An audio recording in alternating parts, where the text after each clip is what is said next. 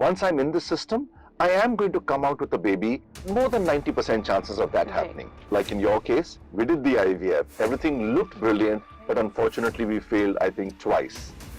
Yes, Thrice. 3 embryo transfers failed.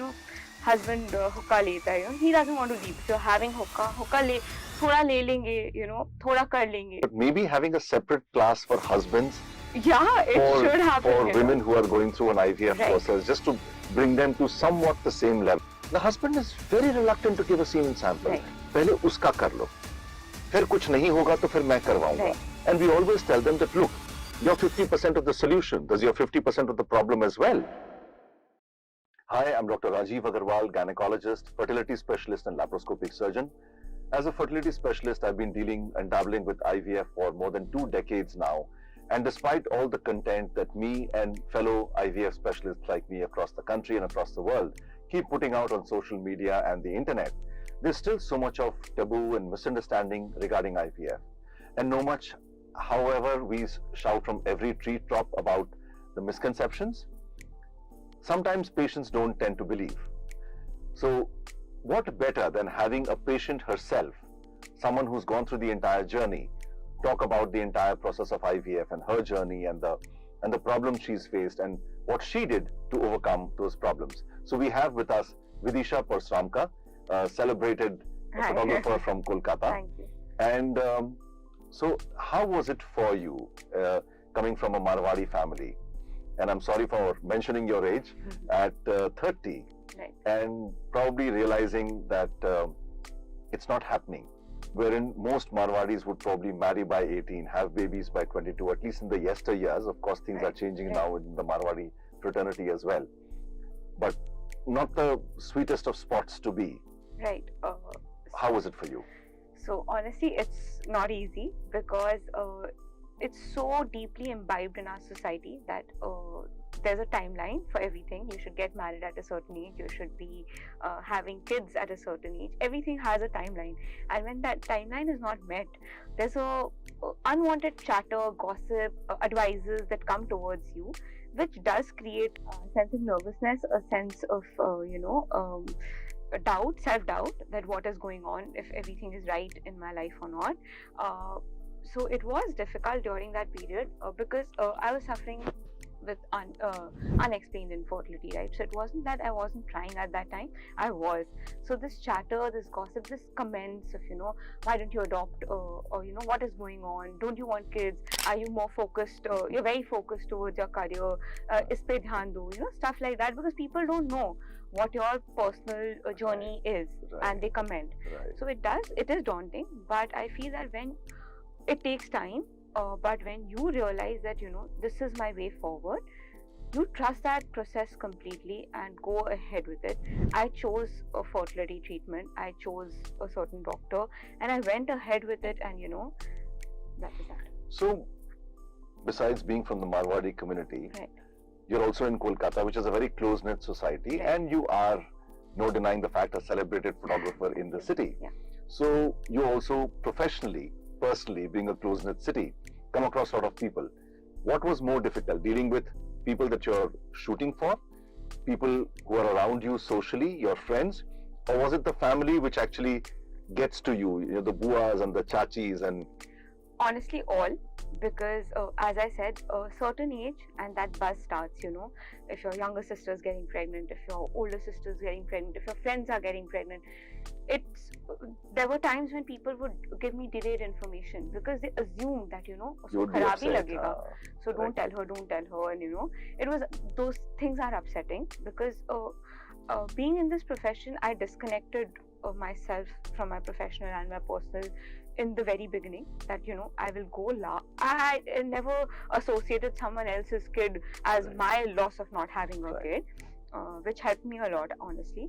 But yes, everyone after that age is crossed starts giving you advices, starts asking you questions, which does translate into you doubting yourself. But as time progresses, you also mature and realize this is all gossip. They're not actually going to help you in any way. So you have to be a little constructive in your life and take the right steps for yourself. So how did you decide what you want to do after that? I mean, how did you move forward towards getting a treatment, choosing? So I was told by all medically advised that I should try 1 year properly. If I have tried properly and it's not happening, I should take certain steps towards fertility treatment.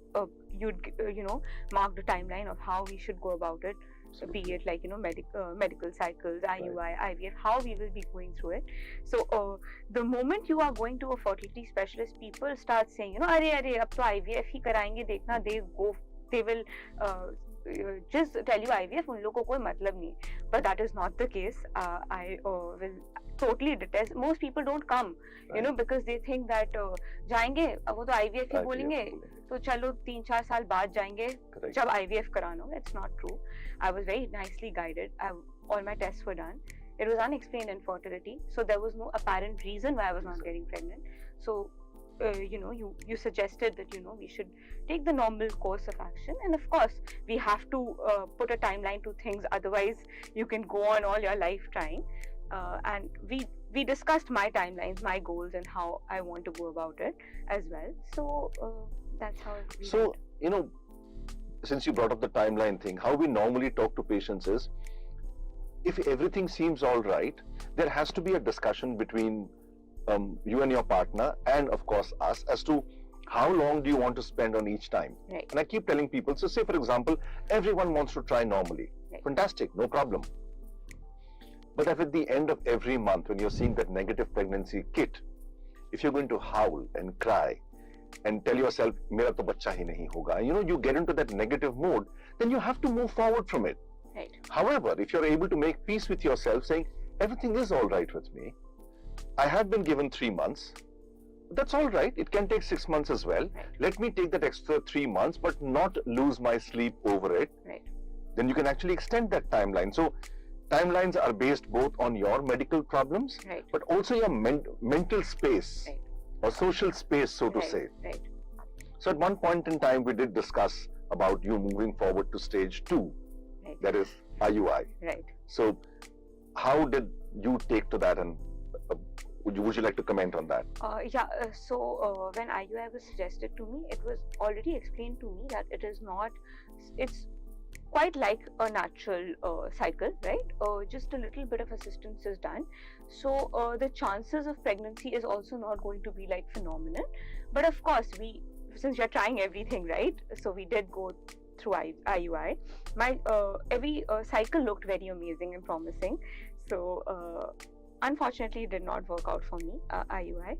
And my last cycle, my body responded a little differently to the stimulation. My body responded a little too much to the injections, and we went forward in converting it into IVF. So you tell me, do you think it was the right call at that point of time? Or? So IUI is something as a go-between natural trying and when you're still not ready for an IVF, or probably IVF is still not the right treatment for you. Right. So natural trying, the pregnancy rates would be what, about 7 to 8%. As you rightly said, IUI is just that push from behind, making that pregnancy jump to about 15%, right, not too aggressive, sort of holding your hand and initiating you into the fertility treatment world, right, where you don't find it overwhelming. But at the same time, if it works for you, for example, women with PCOS, etc., who are not making good follicles, having delayed periods, this little bit of a push itself is sometimes good enough to give you a pregnancy. So the goal is also to make some 2 to 3 follicles. One is what you make naturally without any push from behind. 2 to 3 is what you ideally should make in an IUI, and that's what we tried for you as well. The last cycle, obviously, we wanted to push a little harder, right, because the ovarian reserve is good because you're young. right, You made more than what we expected. right. Now, sometimes excess of something is also bad. In an IUI, if you have too many follicles, the chances of multiple pregnancy also becomes high. One would even expect and accept 2. But if that turns out to be 3 or 4 or 5 or 6, then that's dangerous. Right. And in today's day and world, that's not something which medically I should be doing for you or anyone else. So when multiple follicles develop, we have the choice of either cancelling out or converting that cycle into an IUI, into an IVF, wherein we aspirate all those follicles, take out all the eggs, make the embryos as we would in an IVF cycle, and then transfer in another cycle. Right. However, it is also true that the stimulation that we do during an IUI is not an ideal IVF stimulation, which is why the pregnancy rates sometimes may not be very good. Although I personally have had brilliant experiences, especially with women with PCOS, of an IUI being converted to an IVF. So, like in your case, we converted, we did the IVF, everything looked brilliant, but unfortunately we failed, I think, twice. Yes, thrice. Thrice. 3 embryo transfers failed. You didn't know what was IVF. Right. We had never discussed about moving to an IVF. Right. You were suddenly dropped into IVF, Right. and then 3 transfers failed. Right. What happens then? Honestly, a lot of faith needs to be put in, and faith meaning you have to put in a lot of work into staying positive, because if you sit down and sulk at every failure, it gets very difficult to bounce back to your next cycle. And when your ultimate goal is to have a kid, and now you've stepped into a process being IVF, it was important for me to sulk, because you will sulk, because it is a lot that goes into it emotionally, and physically also, especially emotionally, I would say. You're preparing yourself that I'm pregnant. The moment you get then the embryo is transferred into you, and you leave that room, you start telling yourself, I am pregnant, is baat to hai hai. And of course you have to keep that positive mindset for things to turn your way.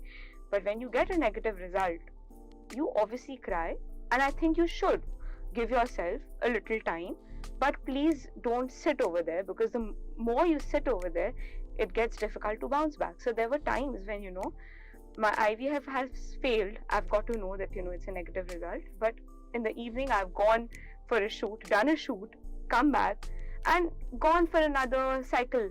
It's very important to bounce back, so that you can take care of the future that you've planned for yourself. But in your case, again, that must be even more difficult, because since your photography and your forte is to shoot babies, right, or couples who are pregnant and expecting babies, right, newborns and right, stuff like that. So, as you said, you have to go back in the evening, and that could actually be a baby shoot. Right. Mentally, it must be kind of difficult, or do you manage to detach yourself at that point in time? Honestly, by God's grace, I could detach myself. I have cried. So I got my pregnancy test result in the morning. It was negative. I slept. I had my sisters calling me, my mother calling me. I've cried and I've slept. I've gotten up. I've told them nobody's died. Tomorrow's a new day. I'm going for a shoot. Let's not discuss this anymore. Because you need to give yourself that space, that theek hai, hua hai. And of course you'll cry, because any failure, right, you cry, or whatever, however your coping mechanism is. And then I have detached myself, because I have kept my work like some fun, element in my life. I've gone, it was a birthday shoot of a baby turning 1, and I've enjoyed that shoot thoroughly. Of course, it's at the back of your mind. A lot of counseling is needed by your doctor. You were a very positive support, because you have that positive vibe and energy when you talk. So it helped me a lot talking to you, talking to professional counselors. It's important. All these things are important, should not be discounted at all, because it's not a journey that you're going through alone. You need your husband's support, you need your doctor's support, and then just let nature take its course. So I do tell people that, I know it sounds horrible, that everyone asks, pehli baar mein ho jayega na? Right. And at least to the ones that I feel I can tell them, I tell them that, look, if I'm telling you ki 3 baar mein ho jayega, assume ki 6 baar mein hoga. Right. Not that it's going to happen in 6 times, but when you walk out of my room with that mental frame saying, ho to jayega, ab 3 baar mein nahi to 4 baar mein nahi to 5 baar mein, ya 6 baar mein hoga. That calmness in your system has to come, Right. that I need to go through the processes. Right. Once I'm in the system, I am going to come out with a baby. More than 90% chances of that Right. happening. Now, how long it's going to take is not in my hands. It's not in my doctor's hands. Right. We just need to go through that journey. And if you tell yourself 5 times and it happens twice, Right. I think it's a much better thing to happen. rather than you telling yourself, you know what, if this time it doesn't happen, I'm going to die. Right. And that extra bit of pressure that you build on yourself and the doctor as well, Right. probably acts more negative than positive for you. Absolutely. So I feel it is very important that when you're going into something like IVF, your goals, your understanding about how the timeline and how it works should be clarified by the doctor. Like in my case, it was done. Like, itna bhi time lag sakta hai, itna bhi time lag sakta hai, but hoga. Based on my medical result. It can vary for other people, right? But this should be established initially so that you don't have some crazy expectations that, doctor ne IVF kiya, next day I'm pregnant. Of course, your hope should be that, Right. but that should not be something that you think ki ho hi jayega, because your doctor has already told you ki it can take this many time. So give that, space and time to yourself as well as your doctor, I feel.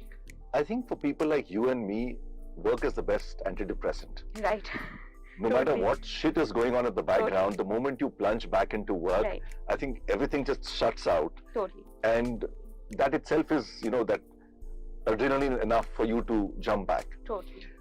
I don't know how homemakers would be dealing with it, especially having to stay Absolutely. the entire day with everyone around you, having those expectations, even if they are not bad people, even if they are not ill-meaning. Right.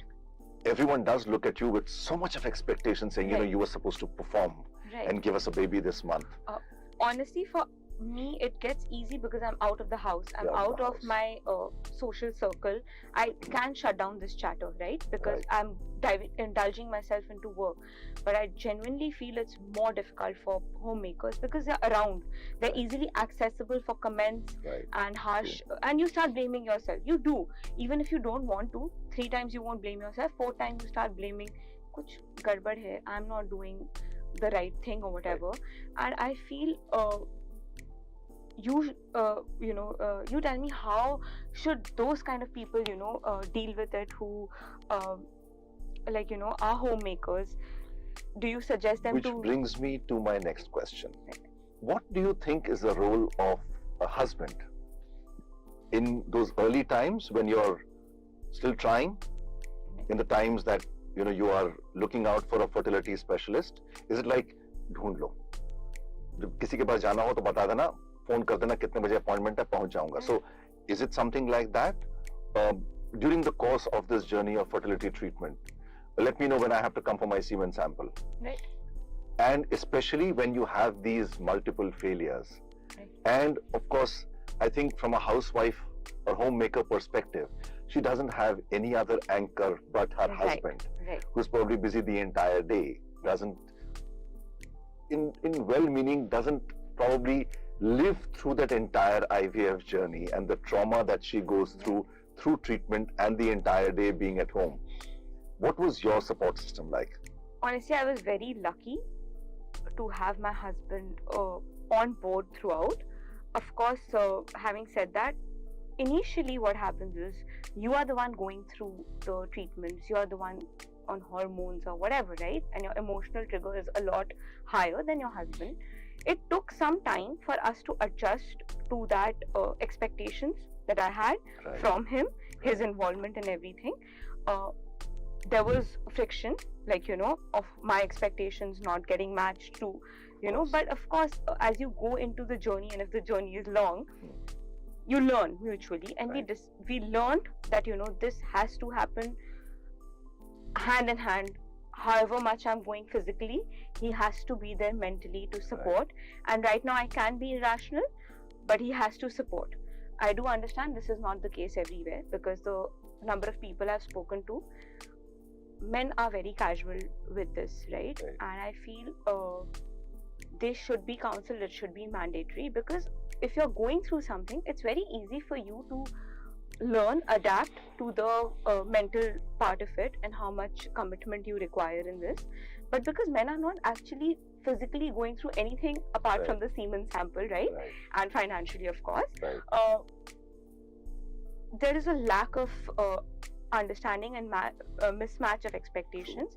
So I feel men should be counseled to be on board much more than the women, because it's true, a housewife actually does only have her husband to anchor to, and this is something that you both are going to have a kid, right? And you're going to love the kid once the kid is out. But what about the process? Because it's a very, very taxing process mentally. So probably, I don't know if it is even possible, but maybe having a separate class for husbands. Yeah, it should happen. For women who are going through an IVF process, just to bring them to somewhat the same level. Right. I honestly don't know how successful that would be, because I don't know, somehow it's still a taboo, sadly. But it should be initiated, is what I feel. Although honestly, in the years that I've been doing this, I've come across fantastic husbands who are really there and who always tell me openly that, you know what, my wife is more important.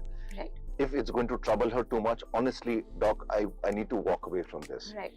And who are there at every stage. Absolutely. So, and that is a good number of husbands who come. Absolutely. But at the same time, there are also husbands who will come in and, you know, kind of keep, बहुत ज़्यादा mood swings hai. I really don't know how to deal with this. Is this how, you know, women behave during an IVF? Which is true, but which is also somewhat derogatory. Exactly, because see, honestly, you're already blaming yourself, right? As a girl, you're already blaming yourself, because देखो सब कुछ अब हो रहा है. You can't put the excuse on the husband if it's not the husband's you know, medical thing. You're already blaming yourself, and then again this added thing gets your morale down a lot. And during this procedure, you don't want your morale down. You want yourself to be boosted. Your doctor can boost you to a certain extent, but you're staying with someone, that person has to give you that, you know, that hoga bhi aisa behavior expected hai. Let's try to, you know, work towards it together. Along with this, I would like to ask you and add on. I have spoken to a lot of my friends and all, and they say, like, you know, husband hookah leta, you know, he doesn't want to leave. You have to leave it, right? Because you are going through that treatment, you're taking the medication, so you can't be on all of that.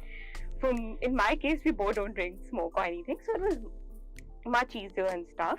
But there are people who, you know, if you're having hookah le, thoda le lenge, you know, thoda kar lenge. So how do you deal with that, and how do you explain to them how it's playing a role? I do find it very difficult to, again, with a certain section of husbands, even as simple as when a woman first comes in for, say, treatment, or even preconception counseling, the woman very happily, eagerly gets all the tests done. The husband is very reluctant to give a semen sample. पहले उसका कर लो, फिर कुछ नहीं होगा तो फिर मैं करवाऊंगा. And we always tell them that, look, you're 50% of the solution. There's your 50% of the problem as well. And on the woman's side, there's no end to the amount of tests we can do. From the husband's side, there's only one semen analysis. God damn it, that's the only job you have. Right. Perform it. And it's not painful. It's not painful. Do it and walk away from it. And in fact, the men should come forward and say, okay, let me do my part first. And it's not that there aren't men who don't have sperms. So come forward, do your part, and if you're all right, then let's start investigating and working on the woman. So I think the husbands have to play a huge role. I don't know how we can integrate this into our treatment, but it does play a very important part, and not just financially, from the emotional part and stuff like that. I once had a husband, and this is in pregnancy. So before he came into my room, he actually called me and said, "Doc, holiday पे जाने के लिए ना बहुत चिक चिक कर रही है. आप please ना कुछ भी एक बोल के बोल दो कि holiday पे नहीं जा सकते हैं." And I'm like, dude, she's carrying your baby for 9 months. Try, and now with Instagram, you have men who tie melons across their... And in fact, I was telling... I do photo shoots like that, so I know, So I was telling the preconception class people that why don't we have a session with men like this, where they have to tie something around their belly, experience what pregnancy goes. I mean, if men were to have babies, I think mankind would be extinct. There wouldn't be babies anymore. So if that is what the woman is going through, and then she's the one who's going to bring up the child all by herself, the least you can do is take her out for a holiday, because once the baby is born, she'll be breastfeeding and the japa and everything else. She won't be able to get out. How much of that is a big ask? So I think we men definitely have to rise much higher to come to at par with whatever the woman is undergoing.